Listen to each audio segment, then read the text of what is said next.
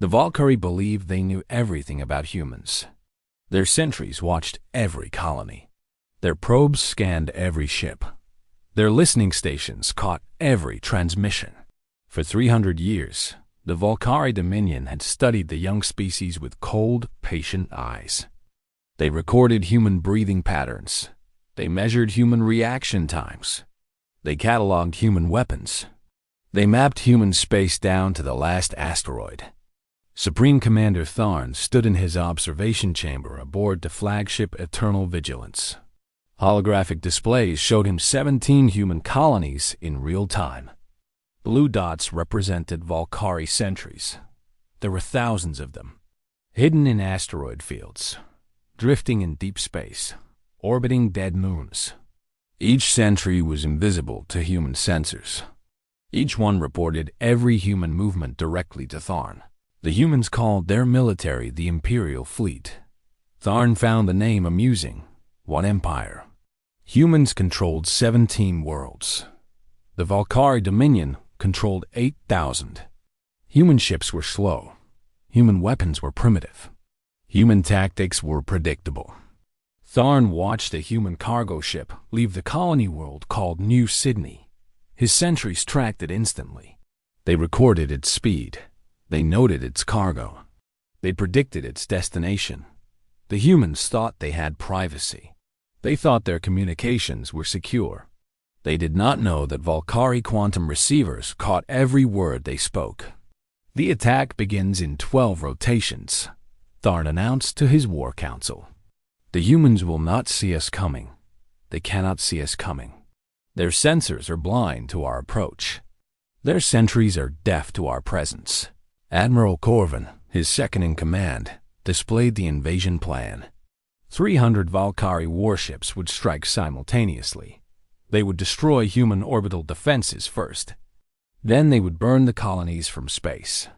No ground invasion was necessary. Humans built their cities in the open. They were easy targets. What of the Imperial fleet? Asked General Mavic. Scattered, Tharn replied.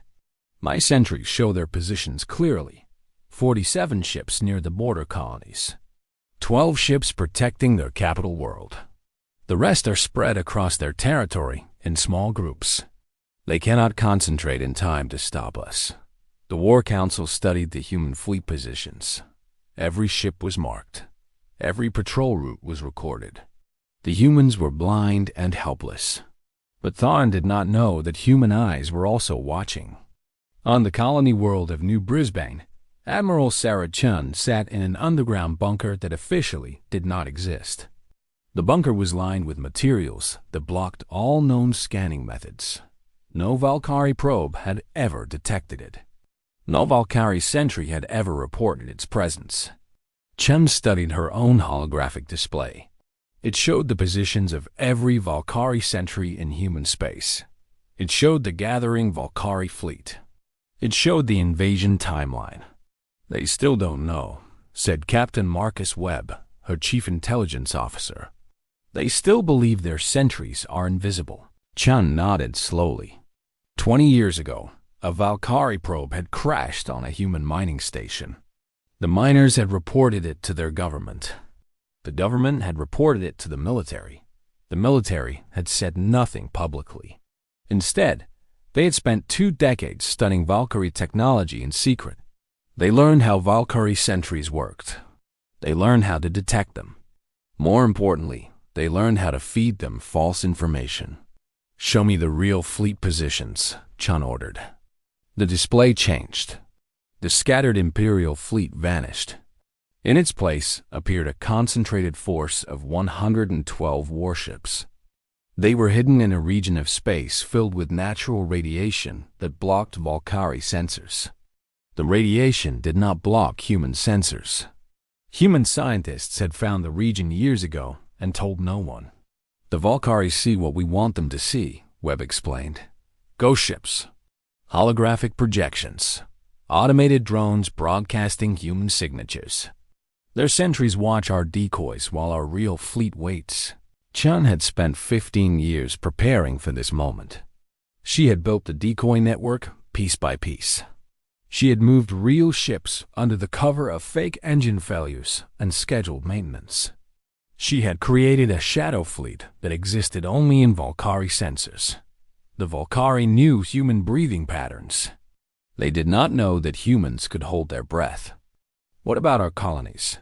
asked Commander Liu, Chun's tactical officer. "When the Volcari attack, millions will die." "No," Chun replied, "because the Volcari will not attack our colonies." She brought up another display. This one showed the Volcari home system. It showed their capital world. It showed the minimal defenses they had left behind. "They sent 300 ships to destroy us," Chun said. "They left 50 ships to guard their heart. They believe we cannot reach them. They believe we do not know where their homeworld is." But humans had known for 18 years. A deep space exploration vessel had found it by accident. The crew had reported the discovery through a communication method the Volcari had never detected. They had used something humans called a dead drop. Physical data packets hidden in asteroids. Ships picked them up during routine passes. No electronic transmission. No quantum signal. Nothing for Volcari sensors to catch. The Volcari had spent 300 years learning about human technology. They had not considered that humans might use no technology at all. Chun looked at her fleet commanders through the display. They were scattered across human space, each one hidden in their own sensor-blind location. They communicated through methods the Volcari could not imagine. Written messages carried by trusted officers. Code phrases hidden in public entertainment broadcasts. Signal flags displayed on hull cameras that looked like decorations. The Volcari watched everything humans did electronically. So humans had stopped doing important things electronically. "The moment their fleet commits to the attack run, we move," Chun ordered. "We take a path through dead space. No stars. No planets. Nothing their sentries monitor. We reach their territory in 6 days. We reach their homeworld in 8. Commander Liu frowned. "Even if we succeed, their fleet will turn back. They will pursue us. 300 ships against 112. They will not turn back," Chun said, "because they will not know." She displayed the final piece of her plan. 17 human colonies. 17 sets of orbital defenses. Defenses that the Volcari believed were primitive and weak. "We have spent 20 years upgrading our planetary shields," Chun explained. "We did it slowly. We did it in pieces. We made our improvements look like routine maintenance. Volcari sentries saw workers. Volcari probes saw ordinary materials. They did not see what those materials became when assembled. The colonies could hold, not forever, but long enough. Long enough for the Imperial fleet to reach the Volcari homeworld. Long enough to change everything." "The Volcari believe they are predators," Chun said quietly.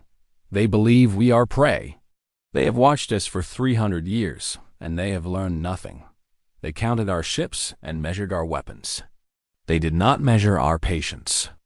They did not count our secrets." She stood and faced her commanders. "Today, we stop pretending. Today, the prey shows its teeth." 8 days later, Supreme Commander Thong received a transmission from his homeworld. The message was short. It was desperate. It was impossible. Human warships had appeared in Volcari home space, 112 of them. They had come from nowhere. They had bypassed every sentry. They had avoided every patrol. They were now in orbit around the Volcari capital. "This cannot be," Thorn whispered. "We watched them. We saw every ship. But the humans he had watched were ghosts. The ships he had tracked were shadows. The Imperial fleet he thought he knew had never existed." Admiral Chun sent her own transmission to the Volcari commander. She sent it openly, through channels his sentries could easily detect. She wanted him to hear every word. "You watched our every move," Chun said. "But you only saw what we wanted you to see. You recorded our communications. But you only heard what we wanted you to hear. You studied us for 300 years. But you studied a performance. A mask. A lie. She paused and let the words sink in. Your fleet is far from home. Your defenses are weak. Your civilians are vulnerable. You have 12 hours to surrender unconditionally. If you refuse, we will demonstrate what human weapons can truly do. And then you will have 11 hours to reconsider. Tharn stared at his displays. His invasion fleet was still approaching human colonies. His sentries were still reporting human fleet positions. But those positions were wrong. Everything he knew was wrong. He had built his entire strategy on watching humans. He had trusted his sentries completely. He had never considered that the prey might be watching back. He had never imagined that humans could be invisible while appearing to be visible. The Valkyrie had studied human technology. They had not studied human history. They had not learned about human deception. They had not read about human spies and human codes and human secret operations. They had not understood that humans had been hiding things from each other for thousands of years before the Valkyrie ever found them. Watching someone means nothing if they know you are watching. Chun waited patiently in orbit. Her ships held position around the Valkyrie homeworld. Below her, billions of Valkyrie looked up at alien warships in their sky. They had never seen such a thing. They had never imagined such a thing. Their military had promised them that humans were weak and primitive and easily conquered. Their military had been wrong. 8 hours later, Tharn surrendered. He had no choice. His fleet could return, but not in time. His homeworld would burn before they arrived. The Supreme Commander who had watched everything had seen nothing that mattered. Admiral Chun accepted the surrender with dignity. She did not gloat. She did not threaten further violence. She simply stated her terms and waited for agreement. Years later, historians would call it the Ghost Fleet War, the shortest major conflict in galactic history. 8 days from first movement to total surrender. No human colonies destroyed, no Valkyrie civilians harmed. A complete victory achieved through patience and deception. The Valkyrie had believed that information was power. They had been right. But they had forgotten that false information was also power. Perhaps greater power. Humans had let themselves be watched.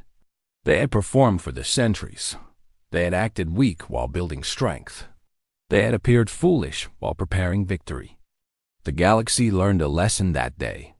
A lesson about underestimating a species that had survived ice ages and plagues and wars against itself. A species that had learned to hide and deceive long before it learned to build starships. Watching humans was easy. Understanding humans was impossible. And the Imperial fleet that had moved unseen became legend. A reminder that the shadows hold secrets. A warning that the observed might also be observers. A promise that humanity would never again be prey. The Sentries still watched human space. But now everyone knew the truth. The Sentries only saw what humans wanted them to see.